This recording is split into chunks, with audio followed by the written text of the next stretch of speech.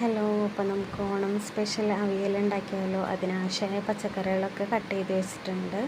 അത് നമുക്കൊരു ചീഞ്ചട്ടിയിലേക്ക് ഇട്ട് കൊടുക്കാം. എല്ലാ പച്ചക്കറികളും ഒരേ വലുപ്പത്തിൽ കട്ട് ചെയ്തെടുക്കാൻ നോക്കുക കേട്ടോ. അപ്പോൾ അതാകുമ്പോൾ കുറച്ചും കൂടെ ഭംഗിയുണ്ടാവും, വേവും കറക്റ്റാവും. അതിലേക്ക് മഞ്ഞൾപ്പൊടി, കുറച്ച് മുളക് പൊടി കുറച്ച് മാത്രം ഇട്ടാൽ മതി. കൂടെ കുറച്ച് വെള്ളം ഒഴിക്കുക.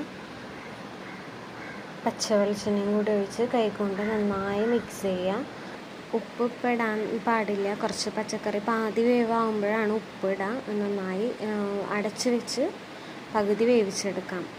ഇനി അതിലേക്ക് അരപ്പിനാവശ്യമുള്ള സാധനങ്ങൾ: തേങ്ങ, മഞ്ഞൾപ്പൊടി, ചെറിയ ജീരകം, പച്ചമുളക്, ഒരു തണ്ട് കറിവേപ്പില, ചെറിയ ഉള്ളി. അത് ചതച്ചെടുക്കുകയാണ്, വല്ലാണ്ട് അരഞ്ഞു പോവരുത്. അരഞ്ഞു പോയാൽ അതിൻ്റെ ടേസ്റ്റ് തന്നെ മാറിപ്പോവും. അപ്പോൾ പകുതി വെന്ത കഷ്ണങ്ങളിലേക്ക് ഈ തേങ്ങയുടെ ചതച്ച് വെച്ചത് ഇട്ട് കൊടുക്കുക. നന്നായി മിക്സ് ചെയ്യുക. ഉടഞ്ഞു പോവരുത്, ഉടയാതെ എടുക്കണം കേട്ടോ. ഇനി അതിലേക്ക് ഈ സമയത്താണ് ഉപ്പ്, പകുതി വെന്ത പച്ചക്കറിയിലേക്ക് ഉപ്പിടണം.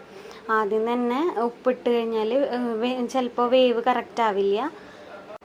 അതിലേക്ക് തൈര് ആഡ് ചെയ്ത് കൊടുക്കുക. പുളിക്കനുസരിച്ച് തൈരിൻ്റെ അളവിൽ മാറ്റം വരും.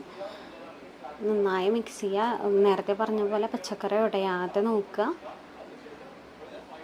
അവസാനമായിട്ട് നമ്മൾ 2 തണ്ട് കറിവേപ്പിലയും കൂടെ പച്ച വെളിച്ചെണ്ണയും കൂടെ ഒഴിച്ച് നന്നായി മിക്സ് ചെയ്ത് കഴിഞ്ഞാൽ നല്ല ടേസ്റ്റി ആയിട്ടുള്ള അവിയൽ റെഡിയായി കിട്ടും കേട്ടോ. അപ്പോൾ ഓണത്തിന് എല്ലാവരും അവിയൽ ഉണ്ടാക്കി നോക്കുക.